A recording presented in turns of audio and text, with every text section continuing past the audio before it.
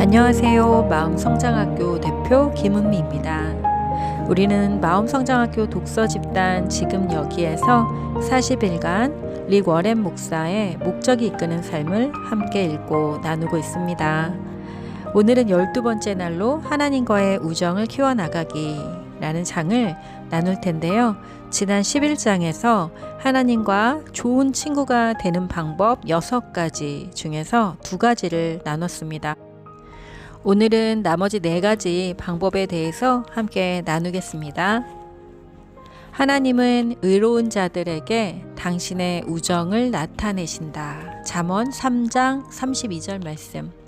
하나님을 가까이 하라. 그리하면 너희를 가까이 하시리라. 야고보서 4장 8절 말씀. 우리는 노력하는 만큼 하나님께 가까워질 수 있다. 다른 우정과 마찬가지로 하나님과의 우정을 키워나가기 위해서도 노력이 필요하다. 열정, 시간, 그리고 에너지가 필요하다. 하나님과의 더 깊고 친밀한 관계를 원한다면 우리의 감정을 그분에게 솔직하게 나눌 수 있는 방법을 배워야 한다. 그리고 그분을 신뢰하고 그분이 마음 쓰시는 것에 우리도 마음을 쓰는 것을 배우며 그 무엇보다도 그분과의 우정을 소망해야 한다.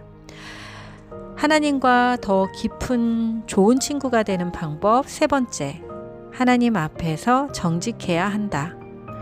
하나님과 더 깊은 우정을 쌓기 위해서는 완벽한 솔직함이 필요하다. 완벽한 솔직함, 우리의 잘못과 느낌에 대해서 솔직해지는 것이다. 하나님은 완벽함을 기대하지 않으신다. 하지만 정직함을 원하신다. 성경 속에 하나님 친구들, 그 누구도 완벽하지 않았다. 만일 하나님과의 우정에 필요한 것이 완벽함이었다면 우리는 그분의 친구가 될 수 없었다. 다행히 하나님의 은혜로 예수님은 여전히 죄인들의 친구이시다. 하나님은 우리가 정직하기를 원하신다. 완벽한 정직함이란 다윗을 통해서 알 수 있다.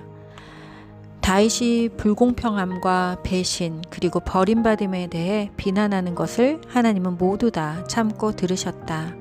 그리고 하나님이 자신을 속였다고 주장하는 에레미야를 벌하지 않으셨다. 욥은 고난당할 동안 그의 괴로움을 표현할 수 있었고 결국 하나님은 욥의 정직함을 옹호하셨으며 욥의 친구가 정직하지 못한 것을 질책하셨다. 하나님은 그들에게 너희는 나에게 또한 나에 대해서 솔직하지 않았다. 나의 친구 욥은 그렇지 않았다. 나의 친구 욥은 이제 너희를 위해 기도할 것이고 나는 그의 기도를 들을 것이다. 라고 말씀하신다. 진정한 우정은 숨김없이 털어놓는 이야기를 바탕으로 이루어진다. 뻔뻔스럽거나 모렴치한 것처럼 보이는 것도 하나님께는 솔직함으로 보여진다. 하나님은 친구들의 열정적인 말에 귀를 기울이신다. 그분은 예측 가능하고 경건한 상투적인 표현에 질리셨다. 하나님의 친구가 되기 위해서 우리는 크리스천으로서 느끼고 말해야 한다. 생각하는 것들을 가지고 하나님과 이야기하는 것이 아니라 지금 정말로 느끼는 것들을 가지고 하나님과 이야기하고 공유해야 한다. 예를 들면 지금까지 우리의 삶 가운데 속았다고 느꼈거나 실망했던 부분들에 대해서 숨기고 있던 하나님에 대한 원망이나 분노를 고백해야 할 때도 있을 것이다. 하나님이 우리 삶에서 모든 것을 합력하여 선을 이루신다는 사실을 깨달을 만큼 성숙하기 전까지는 우리 모두가 외모, 배경, 응답받지 못한 기도, 과거의 상처, 그리고 우리가 하나님이라면 바꿨을 여러 가지 것들에 대해서 하나님께 분노를 품고 있을 것이다. 사람들은 때때로 다른 사람에게서 받은 상처를 가지고 하나님을 원망하기도 한다. 이것이 바로 윌리엄 바커스가 말한 하나님과 우리 사이에 숨겨진 틈을 만드는 것이다.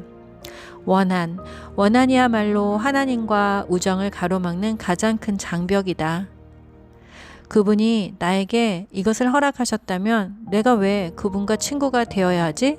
물론 이에 대한 해결책은 우리에게 고통스럽고 이해가 되지 않는 상황이라 하더라도 하나님은 항상 우리에게 가장 좋은 방법으로 일하신다는 것을 믿는 것이다. 하지만 분노를 표출하고 우리의 감정을 드러내는 것이 치유의 첫 단계이다. 하나님께 느끼는 것을 모두 표현하라. 우리가 온전히 솔직하게 하시려고 하나님은 우리에게 시편을 주셨다.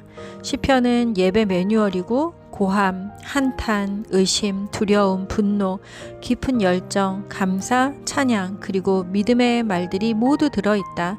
시편에는 우리가 가질 수 있는 모든 감정이 표현되어 있다. 다윗과 다른 사람들의 감정적인 고백을 읽으면서 이것이 하나님이 원하시는 예배의 모습이란 것을 알아야 한다. 우리의 감정을 하나도 숨기지 말아야 한다. 다윗과 같이 기도하면 된다. 내가 내 원통함을 그 앞에 토하며 내 우환을 그 앞에 진술하는도다. 내 심령이 속에서 상할 때에도 주께서 내 길을 아셨나이다. 시편 142편 2절에서 3절 말씀. 하나님과 좋은 친구가 되는 네 번째 방법은 믿음으로 하나님께 순종하는 것을 선택해야만 한다 입니다. 우리가 하나님의 지혜를 신뢰하고 그분의 말에 순종할 때마다 심지어 그것을 이해하지 못한다 하더라도 하나님과의 우정은 깊어진다. 우리는 보통 순종이 우정의 요소라고 생각하지 않는다. 그것은 친구가 아닌 부모, 상사 혹은 상관과의 관계에 어울리는 것으로 생각할 수 있지만 예수님은 순종이 하나님과 친밀한 관계를 갖기 위해 필요한 요소임을 분명히 말씀하셨다. 너희가 나의 명하는 대로 행하면 곧 나의 친구라. 요한복음 15장 14절 말씀. 우리가 하나님의 친구이기는 하지만 그분과 동등한 관계는 아니다. 그분은 우리를 사랑하는 지도자시고 또 우리는 그분을 따라야 하기 때문이다. 우리가 하나님께 순종하는 것은 의무나 두려움 또는 강요에 의한 것이 아니다. 대신 그분에 대한 사랑과 하나님은 우리에게 가장 좋은 것이 무엇인지 알고 계신다는 믿음에서 순종하는 것이다. 그분이 우리에게 해주신 모든 것에 감사하는 마음으로 그리스도를 따르기 원하는 것이고 우리가 더 가까이 다가갈수록 하나님과의 우정은 더 깊어지는 것이다. 예수님은 이렇게 말씀하셨다. 아버지께서 나를 사랑하신 것 같이 나도 너희를 사랑하였으니 나의 사랑 안에 거하라. 내가 아버지의 계명을 지켜 그의 사랑 안에 거하는 것 같이 너희도 내 계명을 지키면 내 사랑 안에 거하리라. 내가 이것을 너희에게 이름은 내 기쁨이 너희 안에 있어 너희 기쁨을 충만하게 하려 함이라. 요한복음 15장 9절에서 11절 말씀. 진정한 우정은 수동적인 것이 아니고 행동하는 것이다. 그래서 예수님이 우리에게 다른 사람을 사랑하고 도움이 필요한 사람을 외면하지 않으며 소유를 나누고 우리의 삶을 깨끗이 하며 용서하고 다른 사람들을 당신에게 데려오라고 하셨을 때 우리는 즉시 사랑으로 순종해야 한다. 하나님은 작은 일에 사랑하는 마음으로 순종하는 것을 기뻐하신다. 순종이 제사보다 낫고 듣는 것이 수양의 기름보다 나으니. 예수님은 30살에 요한에게 세례를 받으시고 공적인 사역을 시작하셨다. 그때 하나님은 하늘에서 이는 내 사랑하는 아들이요 내 기뻐하는 자라 라고 말씀하셨다. 30년 동안 예수님은 무엇을 하셨길래 하나님이 그토록 기쁘게 하셨을까? 성경에는 그 시간에 대해서 한 구절밖에 이야기하지 않는다. 누가복음 2장 51절이다. 예수께서 한 가지로 내려가사 나사렛에 이르러 순종하여 받드시더라. 하나님께 기쁨을 드리며 산 30년의 세월이 순종하며 사셨다 라는 두 단어로 요약된 것이다. 하나님의 친한 친구가 되는 방법 5번째는 하나님이 소중히 여기시는 것을 소중히 여겨야만 한다. 이것이 친구의 모습이다. 상대방에게 중요한 것에 대해서 함께 마음을 쓴다. 하나님과 진정한 친구가 될수록 하나님이 신경 쓰시는 부분들에 대해서 더 신경 쓰고 하나님이 슬퍼하시는 문제에 대해서 함께 슬퍼하며 하나님을 기쁘시게 하는 것에 대해서 기뻐하게 될 것이다. 이것의 가장 좋은 예는 바울이다. 하나님의 관심거리는 그의 관심거리였고 하나님의 열정이 그의 열정이었다. 내가 하나님의 열심으로 너희를 위하여 열심을 내노니 내가 너희를 정결한 처녀로 한 남편인 그리스도께 드리려고 중매함이로다. 고린도후서 11장 2절 말씀. 하나님이 가장 관심을 기울이시는 것은 무엇일까? 첫 번째는 그분의 백성을 되찾는 것이다. 잃어버린 모든 자녀들을 찾는 것이다. 두 번째는 하나님의 자녀들이 예수님의 죽음에 관한 이야기를 다른 사람들에게 전하는 것이다. 하나님의 친구가 되기 위해서 우리는 하나님이 걱정하시는 잃어버린 세계에 대해서 함께 걱정해야 한다. 하나님의 친구는 자기 친구들에게 하나님에 대해 이야기한다. 하나님과 좋은 친구가 되는 방법 6번째. 우리는 그 무엇보다 하나님과의 우정을 소망해야 한다. 다윗은 무엇보다 하나님을 아는 것을 갈망했다. 그는 동경, 사모, 목마름, 갈망과 같은 단어들을 사용하며 하나님을 정말 간절히 원했다. 야곱은 하나님이 그의 삶에 은혜 베풀어 주실 것을 너무 간절히 원한 나머지 밤새도록 하나님과 흙에서 뒹굴며 씨름을 했다. 그리고 당신이 내게 축복하지 아니하면 가게 하지 아니하겠나이다 라고 말했다. 그 이야기가 놀라운 이유 가운데 하나는 전능하신 하나님이 야곱이 승리하게 하셨다는 것이다. 하나님은 우리가 그와 몸싸움을 한다고 해서 불쾌하게 여기지 않으신다. 왜냐하면 몸싸움을 하려면 개인적으로 접촉이 있어야 하고 이를 통해 더 가까워질 수 있기 때문이다. 바울 또한 하나님과의 우정에 매우 열정적인 사람이었다. 그것이 그의 최우선 순위였고 그의 중심이었으며 삶의 목표였다. 이러한 이유로 하나님은 바울을 아주 중요한 일에 사용하셨다. 나의 확고한 목표는 그분을 알고 그분과 더 깊은 관계를 맺으며 그분과 더 친밀해지고 그분의 인격의 놀라운 부분을 더욱 많이 그리고 명확하게 이해하고 알고 인식하는 것이다. 빌립보서 3장 10절 말씀. 이 말씀은 바울의 뜨거운 열정을 잘 표현하고 있다. 우리가 원하는 만큼 하나님과 가까워질 수 있다는 사실이다. 즉, 하나님과의 친밀한 관계는 우연이 아닌 우리의 선택이며 우리가 의도적으로 추구해야 한다. 당신은 그 어떤 것보다 하나님과의 관계를 원하는가? 당신이 가치를 두고 있는 것은 무엇인가? 당신이 가지고 있는 가치는 다른 것들을 포기할 만한 가치가 있는가? 당신이 가지고 있는 가치는 필요한 습관을 기르고 기술을 습득하는 노력을 할 만한 가치가 있는가? 하나님과 가장 좋은 친구가 되는 6가지 방법에 대해서 모두 알아보았습니다. 우리가 살아가다 보면 하나님과 관계를 열정적으로 원할 때도 있고 또 그 관계가 좀 소원해질 때도 있는 것 같습니다.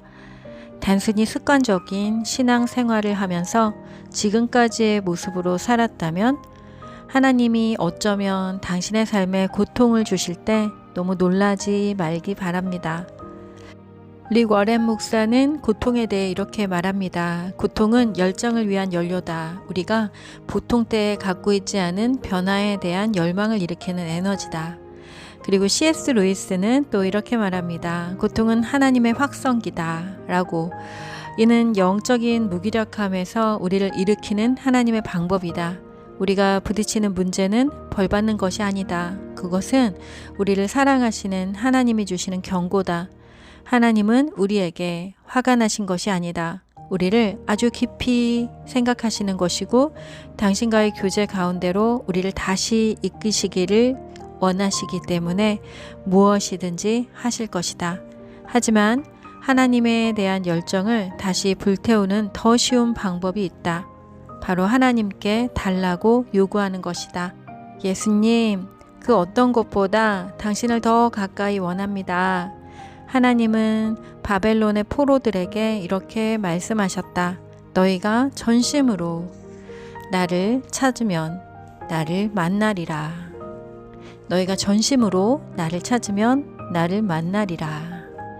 12번째 날 하나님과 좋은 친구가 되는 방법 6가지를 모두 알아봤습니다.